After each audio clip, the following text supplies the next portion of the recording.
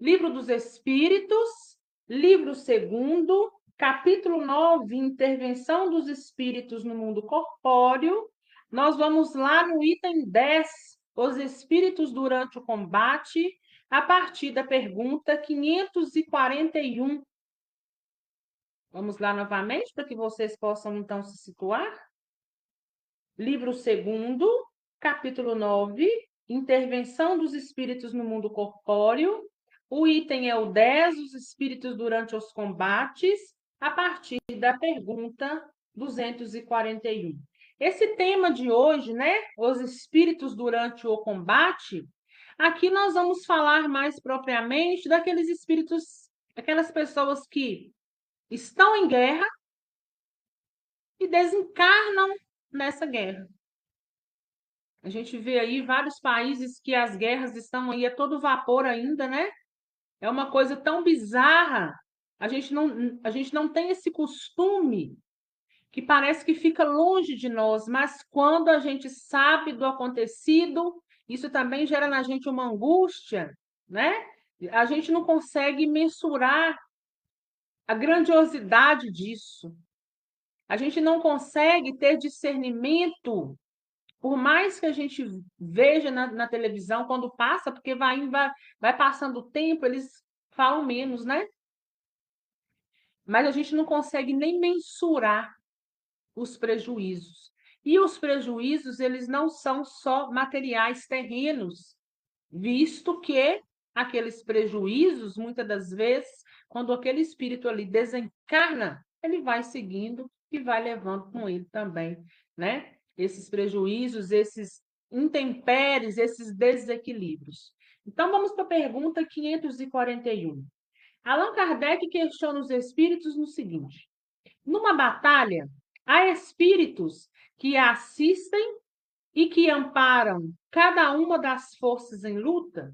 Então, numa batalha onde tem dois lados ali disputando algo, brigando ali por algo, existem espíritos que estão assistindo, que estão amparando cada uma daquelas forças, cada um daqueles lados, e a resposta é sim, e que estimulam a sua coragem. Então, assim, os antigos nos representavam os deuses, tomando partido por este ou aquele povo. Esses deuses nada mais eram que os espíritos representados por figuras alegóricas. Então, ali no campo de batalha, existe sim quem está ali assistindo, quem está ali amparando, né? Existem espíritos ali de ambos os lados até, assim como existe um lado que, aos nossos olhos, esteja um pouco mais correto, né? Entre aspas, porque a gente sabe que guerra nunca é o melhor caminho, né? Mas onde existe o bem, existe o mal. Então, há espírito ali de ambas as partes, né? Existe aquele que ampara, que intui, que tenta fazer com que aquilo cesse, mas o outro lado também existe, né? E ele fala aqui dos deuses, que desde os antigos, né, que quando iam para as suas batalhas aí, o que acontecia? Já existia espíritos que representavam ali, que estavam ali amparando, mas para eles eram figuras de deuses, né? Mas nada mais do que espíritos ali de ambos os lados.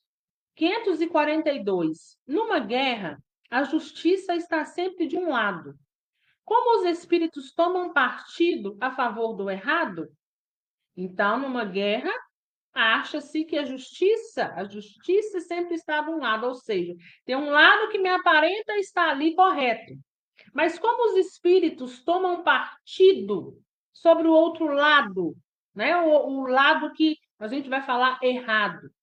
Então, a resposta é a seguinte: sabeis perfeitamente que há espíritos que só buscam a discórdia e a destruição. Para eles, a guerra é a guerra. A justiça da causa pouco lhes importa. E aqui nós precisamos entender um ponto. Então, existe um lado que se julga correto e que a maioria o vê como correto. mas existe o outro que está tentando subtrair o direito do outro. Então, por isso que eles estão ali em conflito. Mas ele fala, estão dizendo o seguinte, né? E o lado errado? O que os espíritos têm a dizer sobre esse outro lado errado, que às vezes inicia-se uma guerra, até mesmo equivocadamente? Então, ele está dizendo o seguinte: olha, nós, né, naquela época e até hoje, nós somos espíritos ainda imperfeitos, nós somos errantes, nós ainda caímos, nós ainda precisamos levantar muitas vezes, passar por muitas situações, para que a gente então possa ficar de pé diante daquele obstáculo. Mas, quando existe essa questão das guerras, e principalmente esse lado, né, que dá o primeiro passo, que realmente quer guerra, para eles é guerra e nada mais, são espíritos extremamente imperfeitos, muito mais imperfeito do que, vamos supor assim, nós que não estamos acostumados com essa questão da guerra, né? Então, para eles, guerra é guerra e ponto. Independe a questão da justiça, independe se o outro está certo, mas esses espíritos mostram o quê? O lado primitivo. Porque na nossa linha da evolução, cada um está num ponto de desenvolvimento. E aqueles que ainda usam das guerras para poder adquirir algo, só nos mostram o extremo primitivismo, a extrema imperfeição que ainda há nesses lados, né? Às vezes tem um país ou um povo que nem está desejando a guerra, mas o outro afronta que não o outro lado também não vê outra saída a não ser contra-atacar, né? Mas guerra nunca foi a saída, guerra nunca foi a solução para que então a gente pudesse chegar de fato num posicionamento sobre um determinado conflito. Porque ali vidas são ceifadas, são encerradas, é um povo que é destruído, são traumas que são adquiridos, né? Muitas das vezes as pessoas ficam ali durante um certo tempo passando fome, passando frio. Então, guerra nunca é a melhor solução. Mas em se tratando dos errados, a espiritualidade os vê em extremo primitivismo, necessitando aí de avançar, né? Estão muito atrás na linha da evolução, no caminhar espiritual moral. Pergunta 543. Certos espíritos podem influenciar o general na concepção dos seus planos de campanha? Então, os espíritos podem influenciar aqueles que estão diante da concepção dos planos? Então, eles estão ali tramando determinados pontos. Vão atacar não sei o quê, vão fazer não sei o quê. Os espíritos podem influenciar sem nenhuma dúvida. Os espíritos podem influenciá-lo nesse sentido, como em todas as concepções. E aí, aqui nós vimos, a gente vai ver o quê? A questão da afinidade, a questão da vibração, né? Então, esses generais, aqueles que estão diante do conflito, à frente do conflito, são influenciados, de uma certa forma, os espíritos conseguem intuir? Conseguem. Ambos os lados. Depende da afinidade, da vibração daquele general. Então, se aquele general, apesar de estar ali na guerra, apesar de estar tentando fazer o melhor para a sua equipe, mas se lá dentro do coração dele não é aquilo que ele deseja, ele vibra e numa carga vibracional, no intuito de ceifar aquilo, ele vai ter intuições de quem? Dos espíritos positivos. Mas se ele é desse lado, que é o extremo primitivismo, e que ele quer guerra independente de qualquer coisa, ele estará vibrando com o lado negativo, né? Então, nós todos, na nossa caminhada, temos o privilégio da intuição. mas essa intuição só se torna privilégio se a gente está vibrando com as forças positivas, porque assim nós vamos conseguir absorver a ajuda que nos é dada. Mas se eu vibro negativamente, eu também sofro intuições, mas intuições negativas, intuições desnecessárias, que vai me desvencilhar do caminho ao qual eu deveria seguir. Pergunta 544. Os maus espíritos poderiam suscitar-lhes planos errados com vistas a derrotas? Então, acho que, né, a gente vai responder aqui, mas essa pergunta nós já estamos conversando sobre ela, né? Então, da mesma forma que os bons, os maus espíritos também podem suscitar, pode fazer com que os planos, né, dão errados, ou seja, eles querem ali a derrota. Sim, mas não tem ele o seu livre-arbítrio? Se o seu raciocínio não lhe permite distinguir uma coisa certa de uma falsa, terá de sofrer as consequências e faria melhor em obedecer do que em comandar. Então, ele está dizendo o seguinte, que apesar de ter espíritos maus, espíritos trevosos, vibrando para que tudo dá errado, nós ainda, assim como esses generais, também tem ainda o seu livre-arbítrio. Se ele sabe o que é certo, o que é errado, ele então tem o ponto de partida, ou pelo menos a gente espera que tenha, o ponto ao qual ele deve seguir.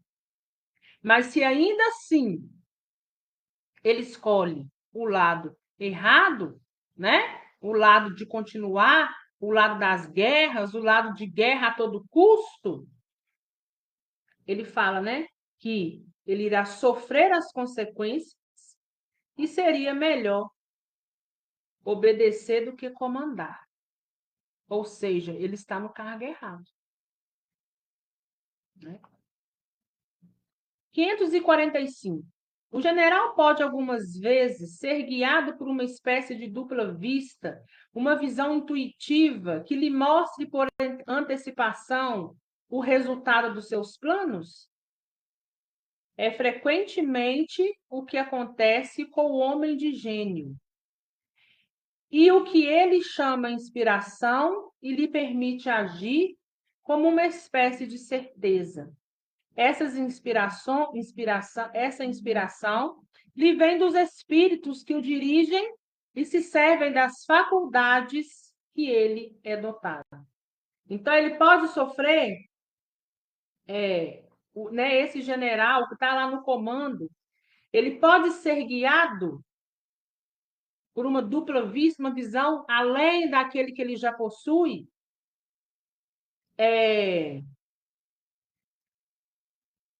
ou uma visão intuitiva, todos nós podemos, né, gente? Todos nós, de acordo com as nossas faculdades, claro, né? Todos nós temos mediunidade, cada um no seu grau, mas todos nós somos passíveis de absorver uma intuição, né? De falar, nossa, eu estou conseguindo enxergar lá na frente, o resultado será adverso, então eu não devo ir para um determinado caminho. Com eles, com esses generais, desde aquela época, né, passamos aí pela Primeira Guerra, Segunda Guerra Mundial, e tem essas guerras aí, né, apartadas, mas sempre é possível a influenciação. 546.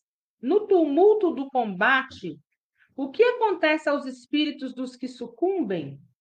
Ainda se interessam pela luta após a morte? Então, ali naquela confusão do combate, os desencarnam. Morre o corpo físico, tem-se então o espírito, tem o desencarnado, né? Então, o que acontece com ele? Ele perdeu, ele sucumbiu ali diante daquela luta. Ele ainda tem interesse pela luta após a morte? Nós sabemos que a vida continua. Nós sabemos que nós vamos levando conosco o nosso estado mental. E por isso, às vezes, muitos passam por uma confusão terrível. principalmente quando não tem nenhum entendimento. Mas olha lá, alguns continuam a se interessar, outros se afastam.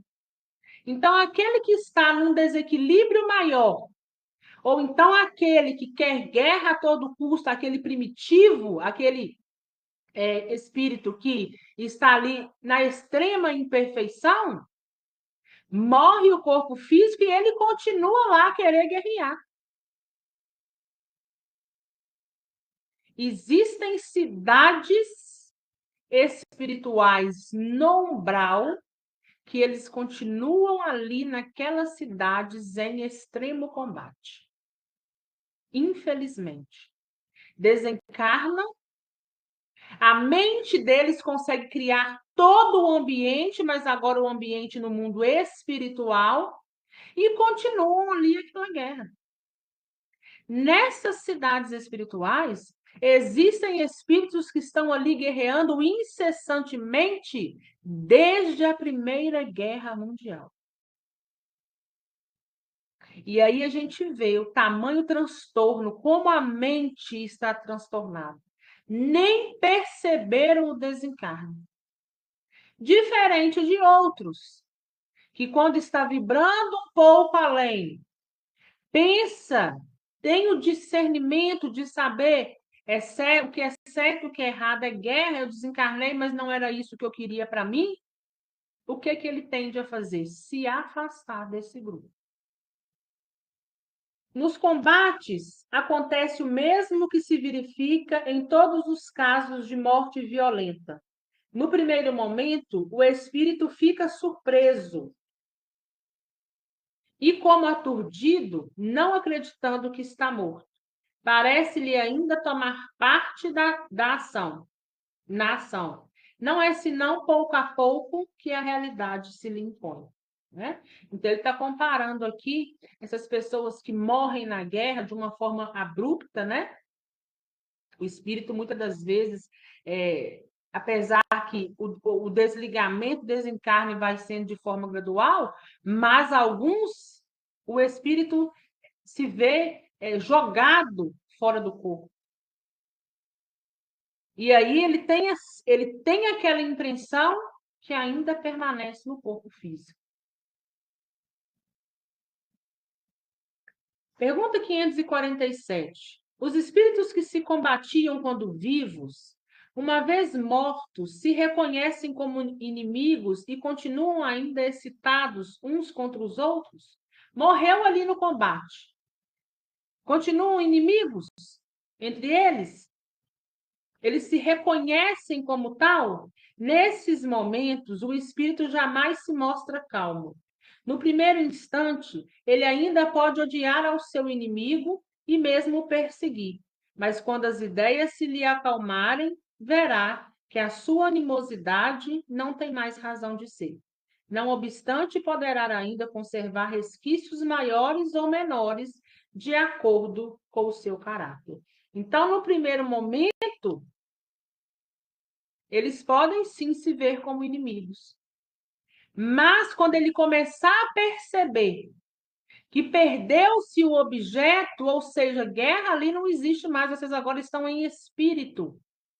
Não há necessidade mais de brigar por uma determinada coisa que vocês estavam brigando, esse objeto, seja limite de terra, seja querer tomar um pedaço, seja por qualquer coisa. Perdeu-se, porque aquela briga ali, antes de tudo, era uma briga material. Findou-se o corpo físico. Nós não vamos levar nada. É apenas o nosso espírito. Né? E aí, a partir do momento que ele vai se adequando à nova realidade, vendo que perdeu-se essa razão, perdeu-se esse objeto, eles então vão se acalmando, né? 547A. Ouvem ainda o fragor da batalha? Depois de desencarnados, eles ainda continuam a ouvir os ruídos, os barulhos da guerra, do combate? Sim, perfeitamente. Olha o tanto que uma guerra desequilibra um ser humano e espiritual. É desencarnado de uma forma violenta, acha que permanece vivo no corpo físico, ainda enxerga o outro como inimigo. No primeiro momento, trazendo resquícios, quer guerrear, mas somente quando for passando o tempo de forma gradual é que ele então vai vendo e sentindo a nova realidade. Pergunta 548. O espírito que assiste friamente a um combate como espectador, testemunha a separação entre a alma e o corpo? E como esse fenômeno se apresenta a ele? Há poucas mortes realmente instantâneas. Na maioria das vezes, o espírito cujo corpo foi mortalmente ferido não tem consciência disso no mesmo instante. Quando começa a retomar consciência, é que se pode distinguir o espírito a mover-se ao lado do cadáver. Isso parece tão natural que a vista do corpo morto não produz nenhum efeito desagradável. Toda a vida, tendo sido transportada para o espírito, somente ele chama a atenção, e é com ele que o espectador conversa ou a quem dá ordens, né? Então, aquele que está ali assistindo friamente, né, a esse combate, muitas das vezes, né, ele está perguntando aqui como esse fenômeno se apresenta a ele na questão da separação entre a alma e o corpo, né? Entre o espírito, depois a alma enquanto encarnado, o espírito desencarnado. Muitas das vezes estão conversando entre si, mas estão conversando ali, muitas das vezes é com o espírito, né? O corpo já está findando de forma gradual. Que Jesus tenha misericórdia e que essa misericórdia, que a gente sabe que é sempre nos dada, possa chegar no coração de cada um daqueles que escolhe a guerra. E não só, nós não vamos falar somente da guerra, do combate que está explícito, mas daquelas guerras que também a gente sabe que são ocultas. Existem guerras de grandes proporções, de países para países, mas também existem guerras dentro dos nossos próprios convívios. Sempre tem aquele que acha que precisa derrubar o outro, que precisa passar na frente do outro, que precisa tomar aquilo do outro. Isso, de uma certa forma, também é uma guerra. Ainda que fria, mas com o desejo de destruição. Que Jesus possa morar mais nos nossos corações. Que nós possamos cada vez mais ter o discernimento que não é tirando a vida do outro, a vida física do outro, que vai nos levar a grandes resultados. Pelo contrário, existem consequências que nós vamos precisar sofrê-las lá na frente. Quando a gente opta, quando a humanidade opta por uma guerra, está carimbado nela mesmo as atribulações que vão passar no futuro. Porque aquilo que nós fazemos hoje é consequência para amanhã. Que nós possamos ter discernimento de fazer boas escolhas para que o nosso futuro seja mais leve e que o nosso conhecimento se faça constantemente. Alguma dúvida, gente?